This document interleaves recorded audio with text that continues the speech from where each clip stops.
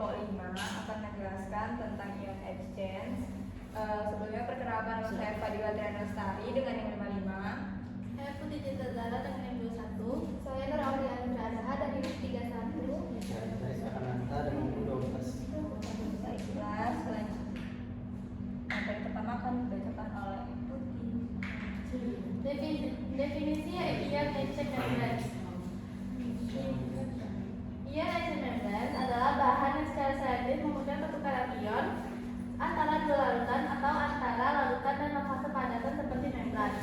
Dalam sistem ini, hanya ion yang bermuatan tertentu yang dapat melewati membran sementara ion lainnya diblokir.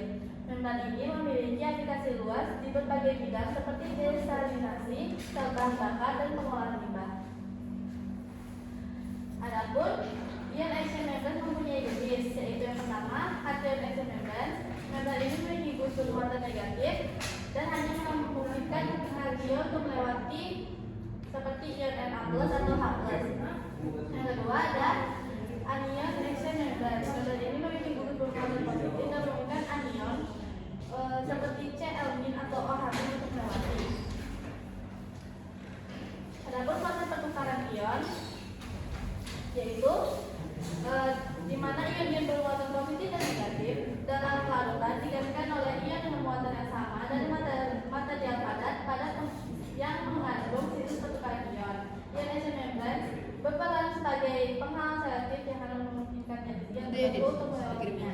Adapun prosesnya yaitu pertama, ion dari larutan berdekatan dengan situs pertukaran ion pada membran. Lalu ion-ion dari membran dipindahkan ke dalam larutan dan ion dari larutan mengambil tempat mereka. Pertukaran ion ini berlangsung terus-menerus dan difasilitasi oleh perbedaan konsentrasi ion di dua sisi membran. Selanjutnya yaitu manfaat, yaitu ion exchange bermanfaat efisiensi energi, yaitu hanya membutuhkan energi yang lebih sedikit dibandingkan proses pemisahan dengan destilasi atau filtrasi. Yang kedua yaitu selektivitas tinggi. Pemisahan ini lebih selektif dari berbagai aplikasi. Selanjutnya adalah metode sintesis ion exchange membrane. Yang pertama yaitu polimerisasi langsung dilakukan dengan menyusun struktur polimer yang memiliki sifat penukaran ion, dan dalam metode ini bahan kimia polimer tertentu direaksikan untuk menghasilkan struktur rantai membran yang berfungsi sebagai matriks membran.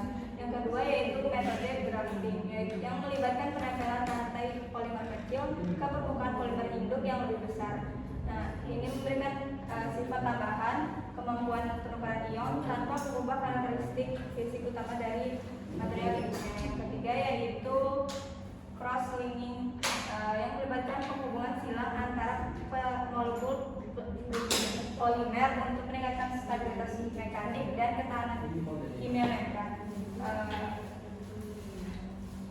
Yaitu contoh polimer. Pertama yaitu naftion, yang merupakan bahan polimer yang lebih banyak digunakan dalam sintesis ion exchange membrane karena kestabilan yang tinggi terhadap kondisi operasi yang berat seperti dalam sel bahan bakar. Yang kedua yaitu polyethylene ester, yang banyak digunakan dalam pengembangan membran ion karena stabilitas thermal yang tinggi dan detail yang baik. Selanjutnya Adalah karakteristik membran ion exchange. Karakteristik fisik yaitu pertama adalah ketebalan. Membran dengan ketebalan yang cepat memastikan adanya keseimbangan antara ketahanan mekanik dan permeabilitas ion. Ketebalan juga mempengaruhi dari kinerja ion exchange. Yang kedua adalah kekuatan mekanik. Membran harus mampu menahan tekanan operasi tinggi dalam berbagai aplikasi industri, seperti di pabrik desalinasi air. Yang ketiga adalah stabilitas thermal. Kemampuan membran untuk mempertahankan strukturnya pada suhu tinggi sangat penting, terutama untuk aplikasi seperti sel bahan bakar yang beroperasi pada suhu tinggi. Yaitu selanjutnya adalah karakteristik kimianya adalah yang pertama, kapasitas pertukaran ion. Mengukur jumlah total ion yang dapat dipertukarkan oleh membran. Semakin tinggi nilai ion exchange, semakin besar juga kapasitas pertukaran ion yang dapat dilakukan oleh membran. Yang kedua adalah konduktivitas ion, yaitu merujuk pada seberapa mudah ion dapat bergerak melalui membran. konduktivitas yang lebih tinggi menunjukkan kinerja pertukaran ion yang lebih baik. Yang ketiga adalah selektivitas, yaitu merujuk pada kemampuan membran untuk membedakan antara ion-ion yang berbeda. Membran yang sangat selektif sangat diinginkan untuk pemisahan ion yang efisien. Selanjutnya adalah aplikasi ion exchange membrane, yaitu pertama adalah desalinasi air, yaitu membran pertukaran ion digunakan untuk memisahkan garam dari air laut dalam proses desalinasi melalui elektrolisis. Yaitu adalah teknologi ini semakin banyak digunakan untuk menghasilkan air bersih di daerah yang kekurangan air. Selanjutnya adalah fuel cell atau sel bahan bakar. Ion exchange membrane digunakan dalam sel bahan bakar untuk memisahkan anoda dan katoda, memungkinkan hanya ion hidrogen yang lewati membran sambil mencegah reaksi langsung antara bahan bakar dan oksigen sehingga menghasilkan listrik. Yang ketiga adalah pengolahan limbah industri. Ion exchange membrane digunakan untuk memisahkan dan memulihkan logam berat dan kontaminan dari air limbah industri yang membantu mengurangi dampak lingkungan dari limbah pabrik. Yang keempat adalah elektrodialisis, yaitu adalah teknologi memanfaatkan ion exchange membrane untuk memisahkan ion dari larutan dengan bantuan medan listrik, digunakan untuk pemurnian dan pengolahan air serta bahan kimia berharga. Adapun tantangan dalam pengembangan ion exchange membrane, yang pertama itu biaya produksi yang tinggi.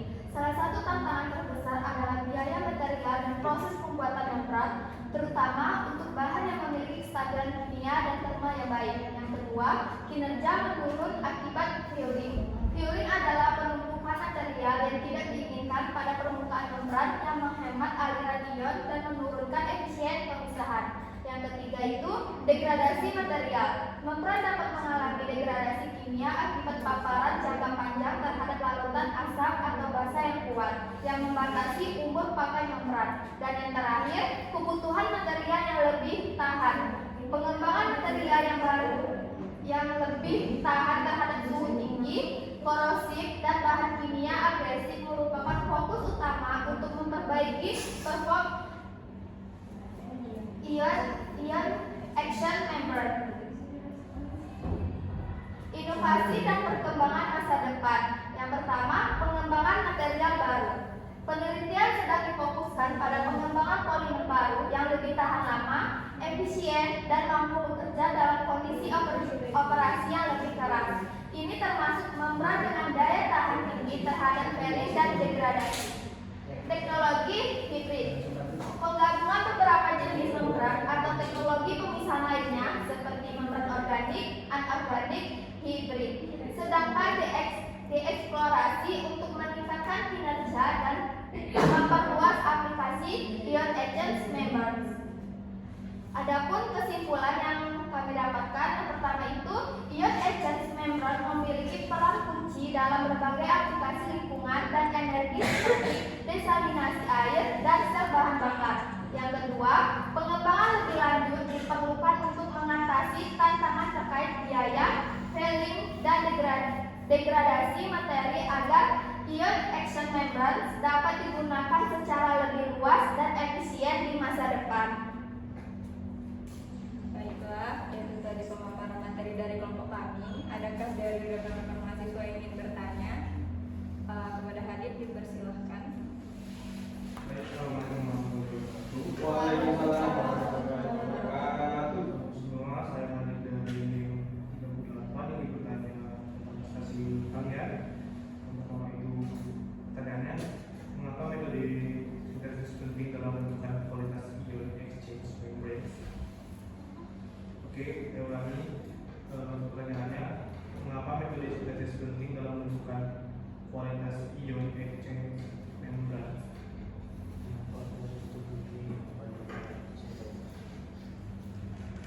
Lalu untuk yang selanjutnya, mengapa stabilitas mekanik dan kimia membran penting dalam aplikasi industri?